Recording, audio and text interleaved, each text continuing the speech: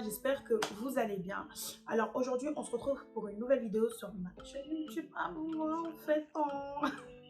Jamie BKT. Alors si tu n'es pas abonné, abonne-toi. Active la cloche de notification pour être informé quand je poste une nouvelle vidéo. Lâche ton pouce bleu si la vidéo te plaît. Partage, partage, partage, partage, partage. Je le dirai jamais assez souvent, c'est important. Eh, franchement, mes cheveux là, ça va être le zbeul dans la vidéo. Je vais faire que toucher mes cheveux. Je tiens à vous le dire. Voilà, je vous le dis. On va reprendre nos esprits tranquillement. Donc, si vous voulez me suivre sur mes réseaux sociaux, alors c'est Jemima BKT pour mon Instagram et Oscredis Jessie pour mon Snapchat. On y va. Aujourd'hui, on se retrouve pour une story time très honteuse. Très honteuse. Oui, oui, j'ai vraiment honte. Alors, cette story time, elle se déroule à ce moment-là, j'habite à Crépy-en-Valois. Crépy-en-Valois, vous allez dire, c'est où? Crépy-en-Valois, c'est dans l'Oise, dans le 60. Je sais pas si c'est en Picardie ici. Je crois que c'est en Picardie, dans l'Oise, dans le 60. Maintenant, il faut savoir que j'habitais à Crépy-en-Valois. J'étais en CE1 ou en CP, je sais plus trop. Et franchement, à Crépy-en-Valois, je vous fais un peu la typographie de Crépy-en-Valois. Crépy-en-Valois, c'est une ville avec beaucoup de Baptous. Franchement, je kiffe les Baptous. Beaucoup de Baptous, très peu de Renois. On se compte sur les doigts d'une main. Vraiment, c'est la cambrousse, la campagne. Et j'habitais dans l'Oise, tu vois, là-bas c'est tranquille, les week-ends tranquilles, il n'y a pas Enfin, à l'époque où moi j'étais, parce que ça a peut-être changé entre-temps, mais il n'y avait pas de cité, c'était pas de gang comme dans le 9-3, comme où j'habite, là, la Courneuve. Crépy-en-Valois et la Courneuve, il y a un monde, il y a un esprit entre, tu vois. C'est vraiment pas du tout la même chose.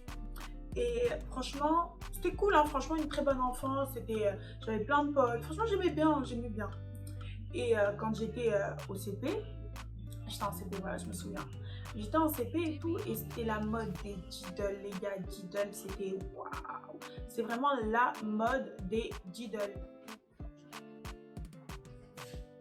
Me revoilà avec 2 yaourts, panier de Yoplait à l'abricot, panier de Yoplait à l'abricot. J'aime pas l'abricot, ça tombe bien. J'avais plus de goût, mais j'ai tellement la dalle.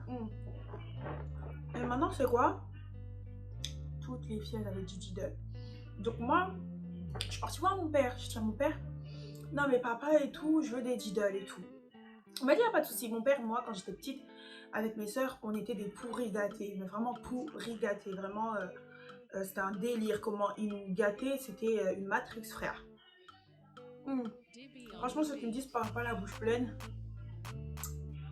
je vais faire parler et manger. Donc, à un moment, je dois parler en même temps. Voilà, désolé. Diddle.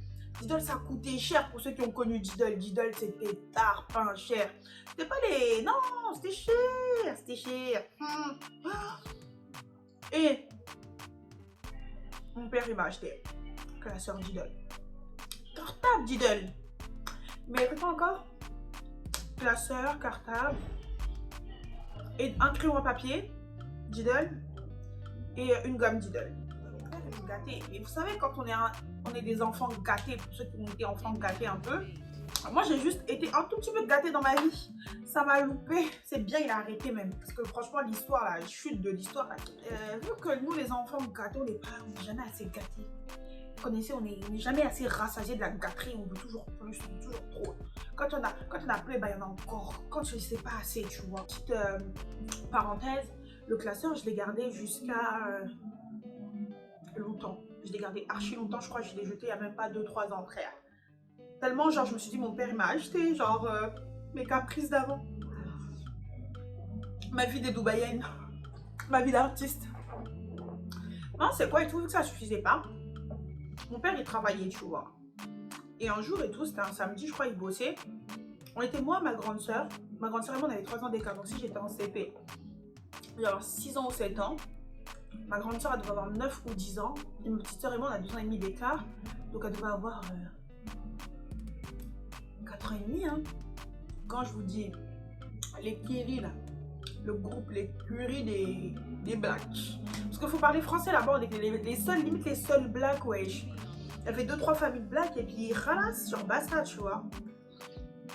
Et non, franchement, ma grande soeur, moi-même, ma petite soeur. On a dit non, c'est pas assez. Faut qu'on aille braquer Lidl. On est vraiment pas... Laissez-moi rigoler. Faut qu'on aille braquer Lidl. Non, il fallait qu'on aille braquer Lidl. Maintenant, pour ce faire, pour aller braquer Lidl en question...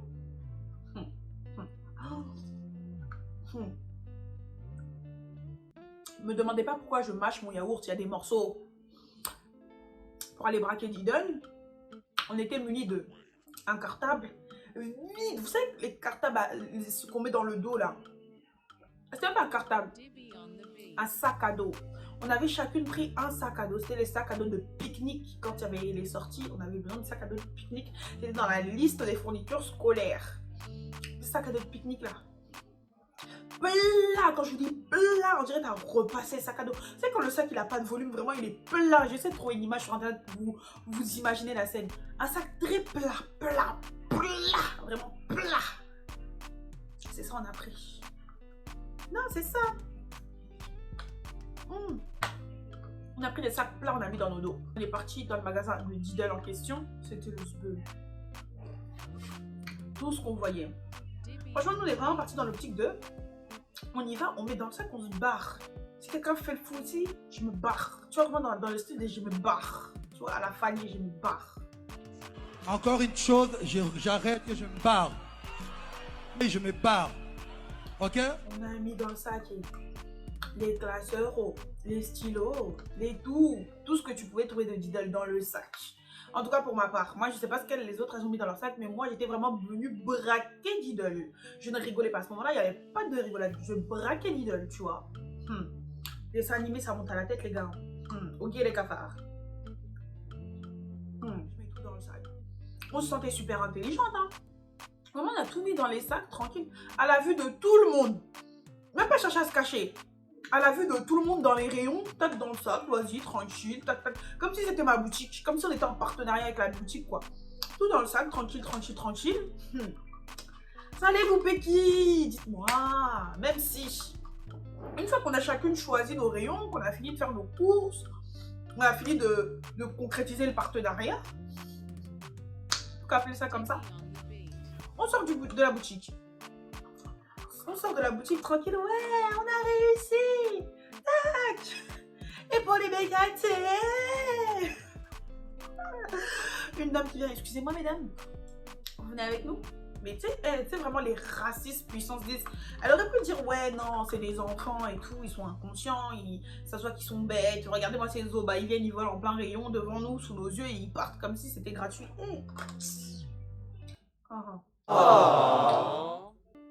Genre, ils partent comme si c'était donné, comme si c'était gratuit, comme si c'était leur boutique. Genre, on va les reprendre, tu vois. Moi, à ce moment-là, je savais même pas que je volais. Je sais pas comment vous expliquer. Dans ma tête, je savais pas que j'étais en train de commettre un vol. Tu vois.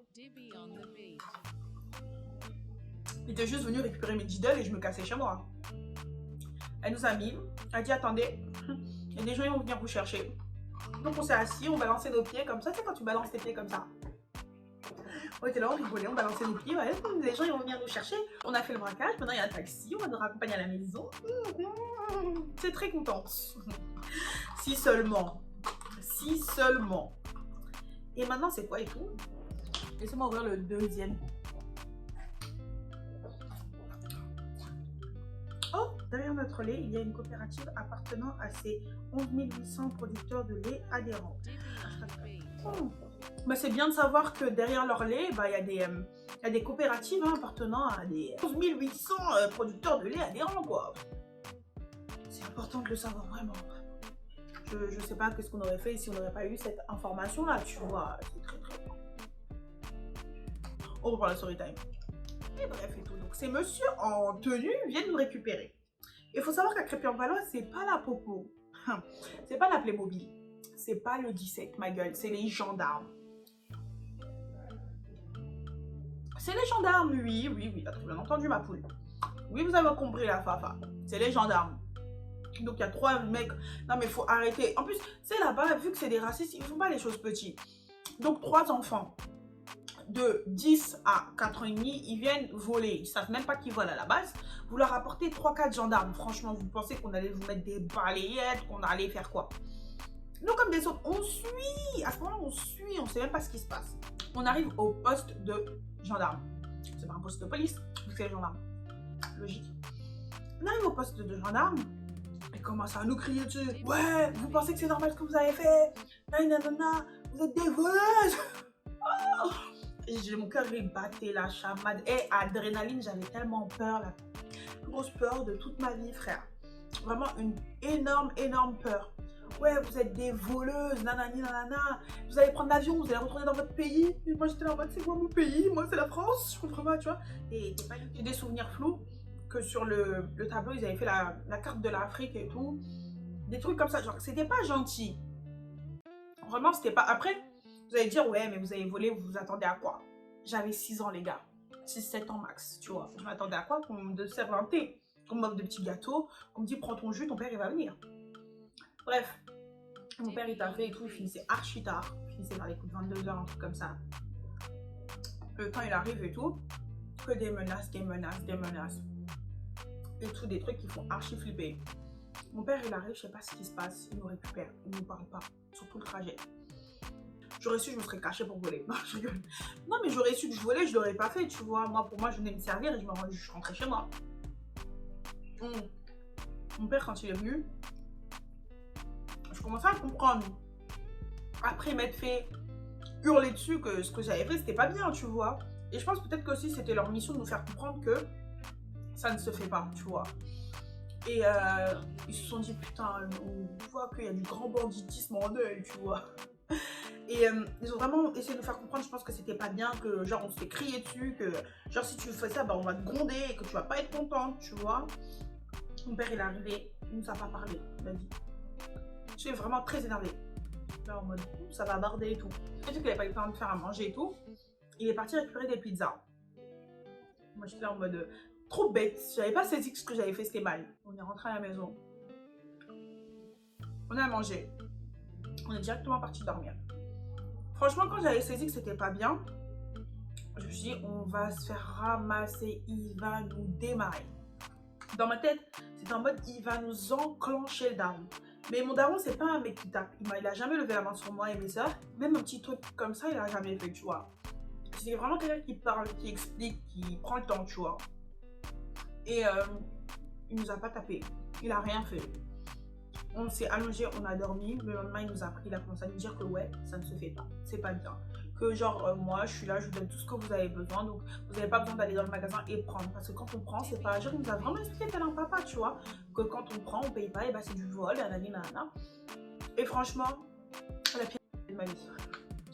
J'avais trop peur d'aller au bled. Tu sais, je comprenais même pas ce que c'était le bled, tu vois. Je comprenais même pas. Vous m'emmenez au bled, ouais, je sais pas le bled. Si j'ai un conseil à dire, n'allez pas voler. Ne vous laissez pas entraîner.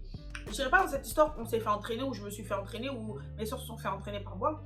Je pense que c'était la zobilité, la débilitude de tout le monde. On pensait qu'on avait la possibilité de venir prendre et se servir et partir. Maintenant, je pense que j'ai bien retenu la leçon. Si j'ai un conseil à donner, hein, volez pas.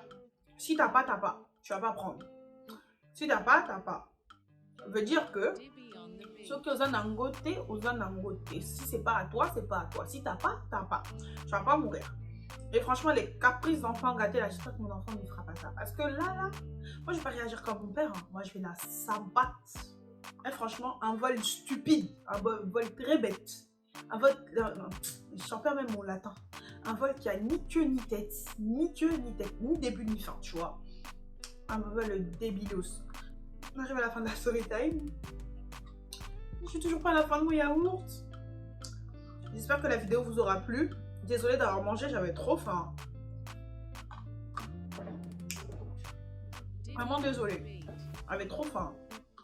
J'étais obligée de manger quelque chose. La vidéo elle sera finie quand j'aurai fini de manger. Eh ben ouais. Ouais. Si la vidéo vous a plu, lâchez un petit pouce bleu. Lâchez un petit commentaire pour me donner votre avis sur ma story time. Vous pouvez me retrouver sur Snapchat et Instagram. J'ai mis ma BKT pour Instagram. Et oscredis.bkt pour Snapchat. Je vous fais des gros bisous et à très bientôt sur ma chaîne. Bisous de moi.